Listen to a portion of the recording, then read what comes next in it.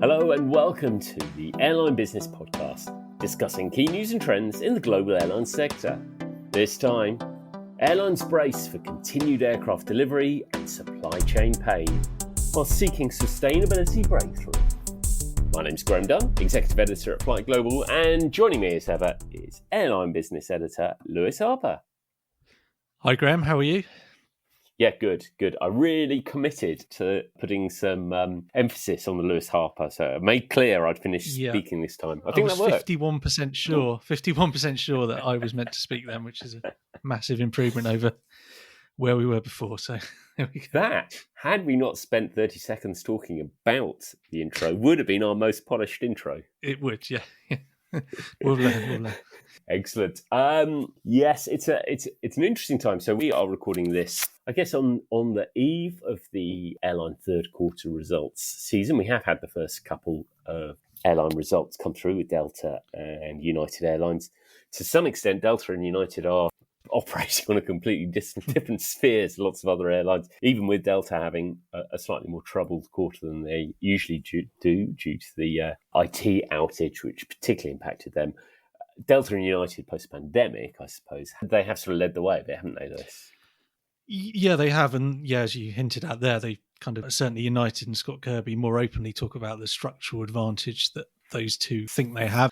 Yeah, it's difficult to deny with some of the stuff going on at the low-cost carriers in the US that he isn't being proven right there. But yeah, for that reason, United and Delta kick off the earnings season. But certainly, if taking away the CrowdStrike impact there for Delta, I think it was largely positive for them, with positive noises certainly looking into the current quarter, the last quarter of the year. But in terms of really reflecting how some of the challenges are playing out in that bit of the industry, I think we need to wait to hear from some of the other operators there, particularly obviously Southwest, which barely a day goes by without another story about Elliott asking for a meeting or strongly criticising the leadership there. And obviously Spirit is very much up in the air at the moment in terms of whether there's going to be a restructuring happening imminently at that carrier. So yeah, let's not read too much into what's happened so far there.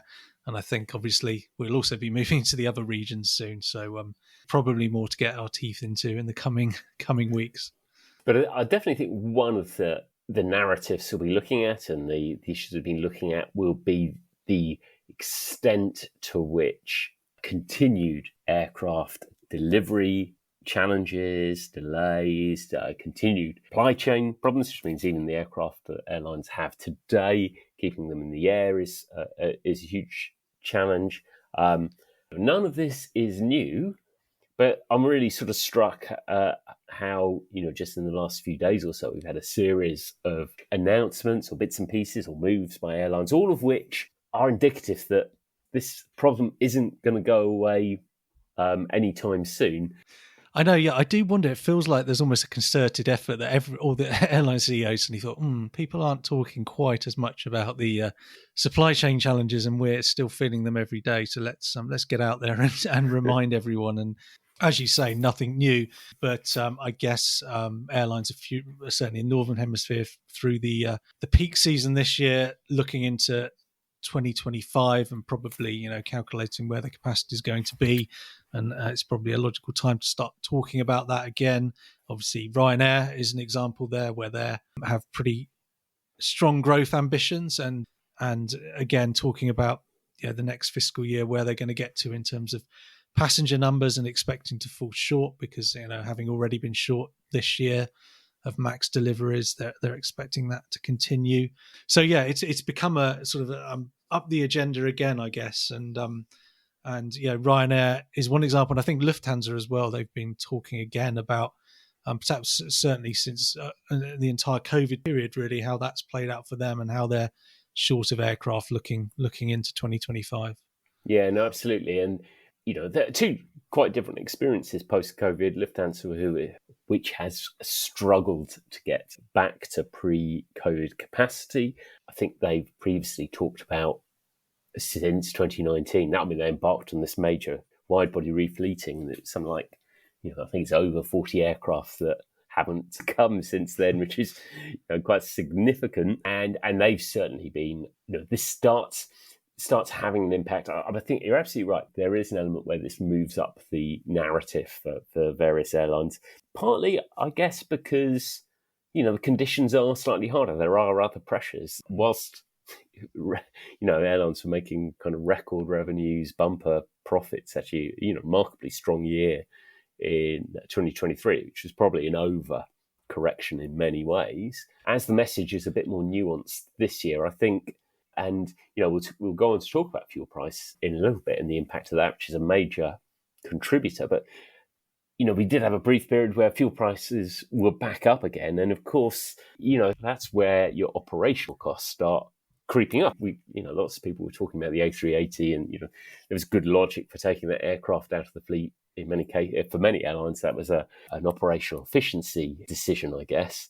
And then the economics, they are prone to changing. Not just that aircraft, there's lots of older aircraft, as you're not taking these new generation aircraft in, that's having an increasing impact.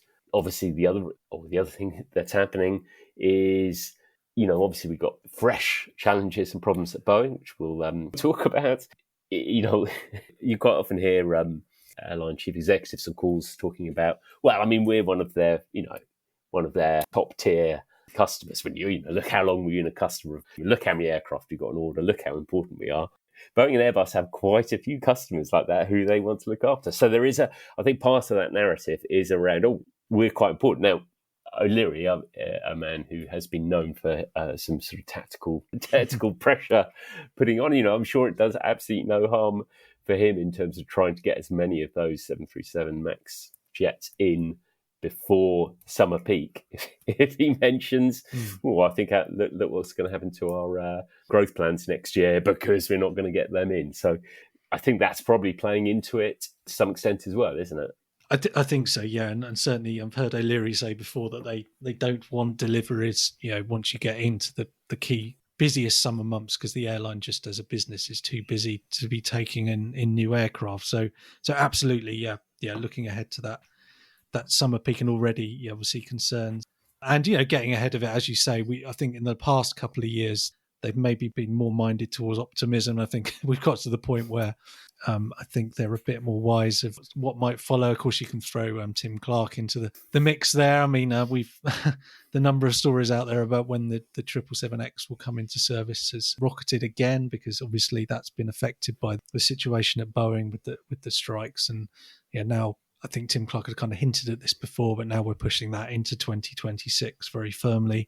So there's lots going on at a lot of airlines in that context. And I think you're right talking about the cost reality biting a bit here. And as you say, when it was all pent up demand and you basically just have to have an aircraft and it would be full and ticket prices were what you wanted them to be, it was a bit different. But now it's kind of the reality is hitting home. And and even if you talk about Lufthansa, European airlines flying to Asia, having to fly much longer routes as well, that is all playing into this. Costs are higher because you need more crew, all these kind of things. And suddenly, that was all right when yields were very high, but now, reality is hitting home a bit there. I suppose with all this happening, as you say, it's not just Boeing that are having these challenges, but certainly the last thing Boeing needed was obviously a weeks long strike. And I suppose a lot of it will come down to A, how long this goes on for, and B, obviously Boeing is taking this opportunity to make some changes to the business as well under the new CEO. So it's kind of what Boeing emerges from this as well that I guess will dictate how airlines are feeling maybe as we do head into summer next year. Yeah, very much so. I mean, the machinist strike at Boeing feels like just when you think things can't get worse for Boeing. We know what that Boeing needs to restructure. Obviously, we've got the new chief executive who's coming in August. We've already seen the change with Stephanie Pope moving over to the commercial airplanes division. They're obviously working towards a longer term resetting. They've obviously got the whole relationship arrangement with Spirit, which has had a lot of challenges with in terms of the production there. They're talking about a 10% cut in workforce. We obviously had the pushing back of the 777X, ending production of the 767 freighter. Very much talk of focusing on the core. And I think, it does, I suppose it says a lot for the challenge that Boeing's had that, here we are several years on from the pandemic. And I'm sure if you talk to Boeing, they'll say, we've got our new technology developments here. And, we know the work they're doing in terms of next generation, future generation aircraft.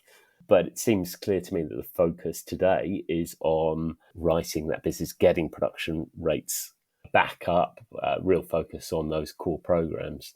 But these things are going to take time, even before the disruption of the strike. It is clearly worth saying that Boeing is in the limelight, but the challenges are across the board. We have Malaysian Airlines talking about their frustration at not only not getting the number of MAX jets that they wanted, but the late delivery of A330 900s. There's different magnitudes of challenges, but the airframers have challenges in delivering. The engine manufacturers have challenges. Everyone has challenges in the parts and keeping aircraft flying because of supply chain challenges and sourcing spare parts. And those challenges just aren't going away, and they will. The fringes on the edges have a knock-on effect on capacity, and we've seen bits and pieces of routes being pushed back. I guess maybe it sort of goes unsaid maybe when airlines are complaining about this, but there is an argument that, as you say, I think it's a years long challenge. I don't think Ryanair's short of 30, 40, 50 MAX jets next year compared with where it wanted to be. That's not going to be solved, and probably not going to be solved in the 12 months that follow. But there is, analysts will point out that the airline industry going into COVID was frequently expanding capacity beyond what was structurally justified maybe by demand. And obviously the waters are very much muddied by the post-COVID period. But while I think it's the unpredictability of it that frustrates the CEOs, I think there is an argument that sort of airlines are being held back maybe for some of their worst impulses by this lack of capacity coming into the market. Yeah, clearly it's not as straightforward as that. As you say, there are multiple reasons why it is a challenge for airlines on the fuel burn side, particularly with sustainability targets. There aren't many levers for airlines to pull, and getting new aircraft in that reduce fuel burn by 15-20% is clearly attractive, but equally it is putting a ceiling on airline capacity in a way that may be certainly been beneficial to some incumbents and maybe helping some analysts to sleep slightly better at night compared with where we might be. Capacity was roaring back and the airframers were all hitting their targets. So yeah, it's a hard one to assess, but I think it's anything that's unpredictable though is frustrating for airline leaders, and I think that's the point. I think that's probably driving them mad the most.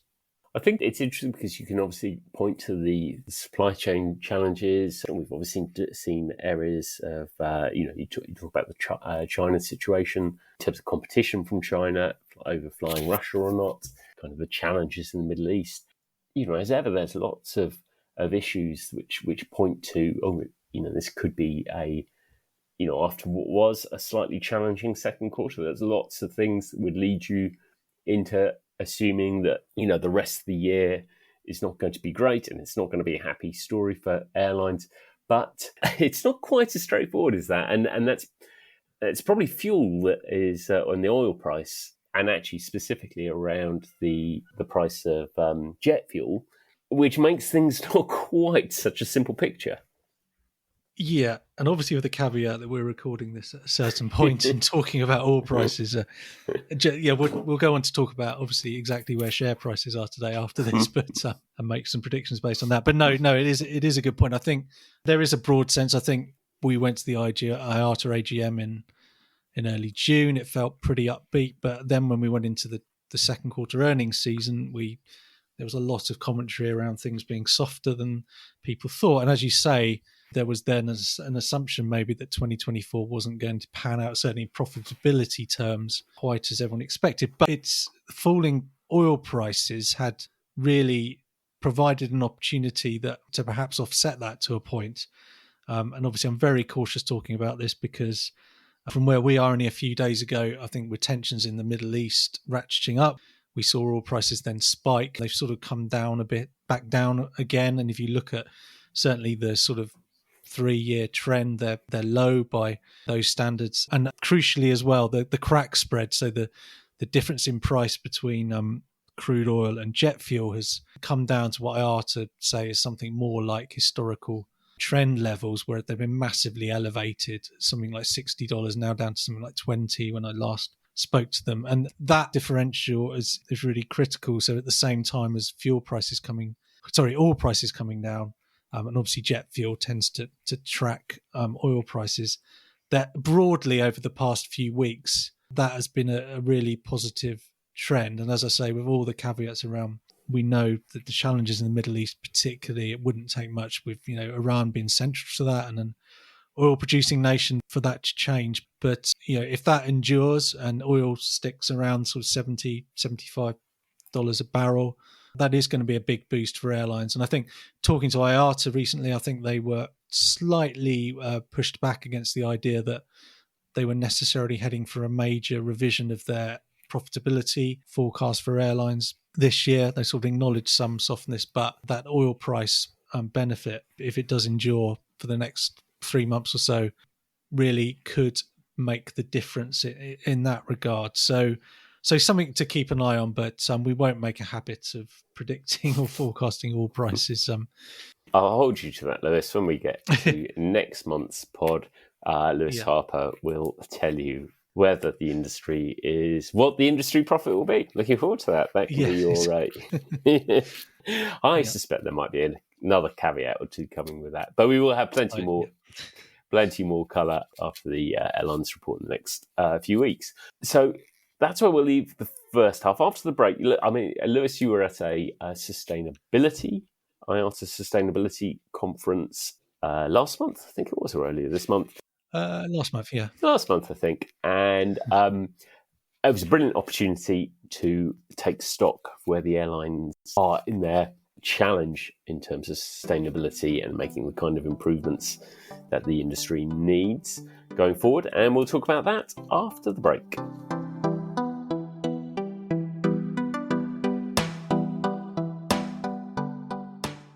So welcome back. As teased before the break, we're going to talk about sustainability. It's definitely a topic that preoccupies airlines and airline leaders. It's definitely the topic which is under the microscope now. I suppose on the one hand, there's a lot of similar ground and similar positions taken, but how do you think airlines were feeling at this stage? Yeah, I have to admit to being slightly sceptical going to another kind of event about this topic, because we know that the reality is there's not that much airlines can do today. And the concern is that you're just going to hear the same things over and over again. But I do think some really interesting points came out of it. And I think that the frustration is that they can't move the story on. And I think there's an acknowledgement that perhaps one of the positive things is that more people are talking and that different stakeholders are talking to each other now.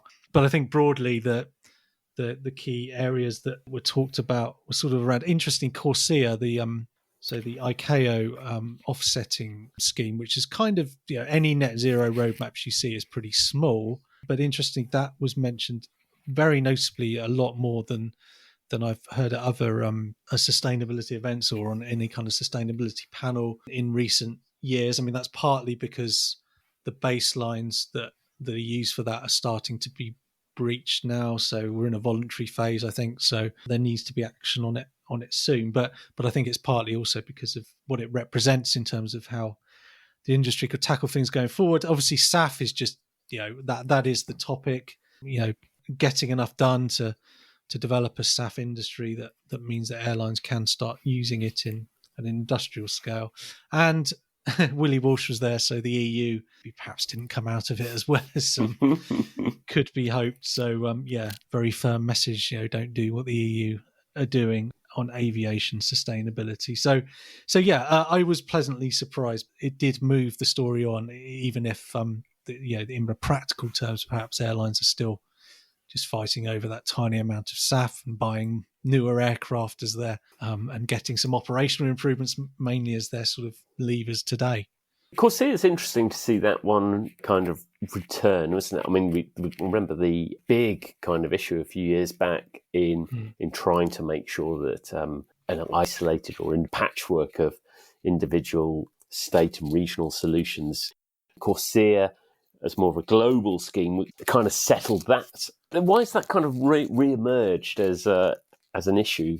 I think, as I say, partly because it is becoming a more live issue. I think the first phase proper starts from 2027, and essentially, apart from Guyana, I don't think many places are actually offering any eligible emission units which underpin the entire scheme. So the actual offsetting. So there is a concern on that part of it that there needs to be action there, because if airlines are being mandated to offset, it's basically growth in international emissions above above 85%, I think, of the 2019 baseline. And that will be between states who are signatories to Corsair. So quite a lot of caveats there. But yeah, if there's no eligible emissions units to purchase, then airlines are stuck, really. I mean, the whole of Corsair is obviously what happens if airlines can't meet those obligations, etc., etc. I think to an extent is down to individual states, and I think there is a recognition to a point that ICAO can be a bit toothless. I think there's a lot to be said for the work it does, but when it comes down to individual states, there's obviously there's quite a lot of leeway for how they handle these things. But I think broadly, beyond the challenge of getting those EEUs in place, I think there's a sense, and we've talked a bit about this before, but Corsair it may be a small part of the airline journey to net zero. It may just be an offsetting scheme that arguably doesn't actually reduce emissions as such directly from commercial aviation anyway. But what it is a template of the approach the airline industry wants to tackling sustainability, which is a level playing field. So because it's through ICAO, it's a global agreement. Eventually, I think once it's gone through like the voluntary phases and everything, that it kind of applies to the vast majority of countries. It isn't just that one region or one country has different policies on this. So I think there's just a sense, and obviously we've seen recently, I think, a marked change in how individual airlines might approach sustainability. Anyone that's put their head above the parapet is sort of starting to have to row back, because I think the reality is that airlines are realizing that this is a challenge that will be achieved or not as one a bit more like safety, really, where it's there's not much point in an individual airline going all out and the rest of the industry being miles behind. And as you've seen the example of Air New Zealand recently, it had some science-based targets which it didn't need to have, and it kind of has cancelled them and said it will continue to work towards net zero 2050. But I do suspect as a result of that, I think it's sort of dawning on the industry as a whole that it needs to, rather than individual airlines kind of trying to rush ahead, they need to work together. And Corsair offers a template for how things might look in the future. I mean, the obvious point is, though, there is no global regulator, so there's only so far these can go. But I think the strong message is whatever you think of Corsair, it's how airlines would like to be regulated on this issue. They obviously don't want. Well, to be fair, there are obviously CEOs who. And most CEOs do acknowledge the environmental challenge, but so I don't want to be unfair in that regard. But as far as any business wants to be regulated, I think that's the kind of template for what they'd want. And SAF, obviously, we've not been short over the past a few years of hearing executives talking about how we need the right SAF environment, how the industry needs to benefit from it. Many people pointing, obviously, to the Inflation Reduction package in the US as being the kind of carrot that the industry needs to happen. I mean, obviously, there's a lot of an additional level of uncertainty with elections coming up in the US shortly as well. But we've heard the complaints that There isn't enough SAF. It's not being built fast enough. An industry to develop it isn't being built fast enough. Any signs of any kind of breakthrough? Is it more of the same? There's kind of more of a, as I mentioned earlier, I think that there is more of a, there's a recognition that governments understand better today than maybe 12 months ago that SAF is important. And perhaps in most regions, I think there's still some challenges, certainly. Hearing people from Latin America, for example, talk about sustainability, I think it's much further down the agenda generally, not just talking about aviation, but with some justification, I guess, if you look at some of the challenges economically in some countries. So, yeah, but generally, I think, there's that recognition in governments.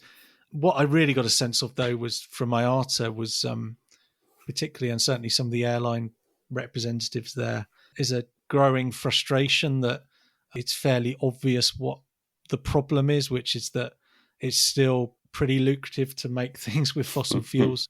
And why would a major energy producer spend billions on a SAF plant when, you can still make so much money with existing facilities using fossil fuels where, the process is established, the facilities are there, the expertise is there. There's no ambiguity on whether people are going to buy it or not. And that's not a new problem, but that was definitely the I guess the longer it goes on that we're heading towards, whatever SAF mandates, or whether they're at governmental level, whether individual airlines are committed to things. 2030 is quite a popular date for that kind of thing, and that's where there's real frustration, I think.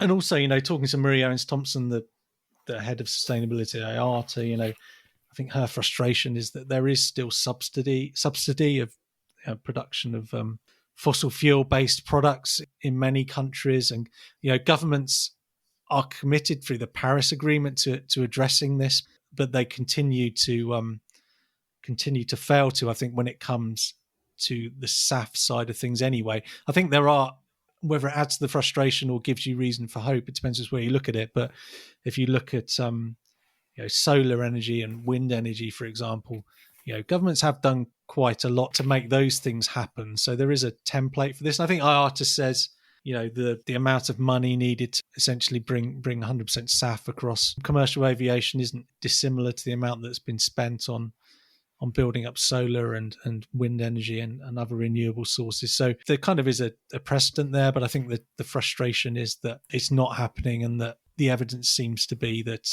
there's still a bias towards fossil fuels. I think IATA points out in the airline industry, it's obviously pretty high profile as an industry, but actually if you look at its overall profits, say IATA is right, and the profit in the airline industry is something like 30 billion this year. That probably wouldn't touch the sides of the energy sector, for example.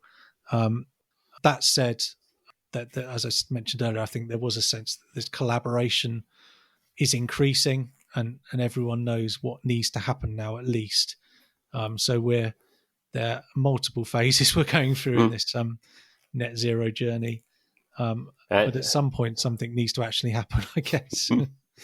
And Willie Walsh was pretty clear that in some of the other regions of the world where they might be looking for some inspiration or some role model as to what approaches to take, that he doesn't really think they should be following what's happening in the EU.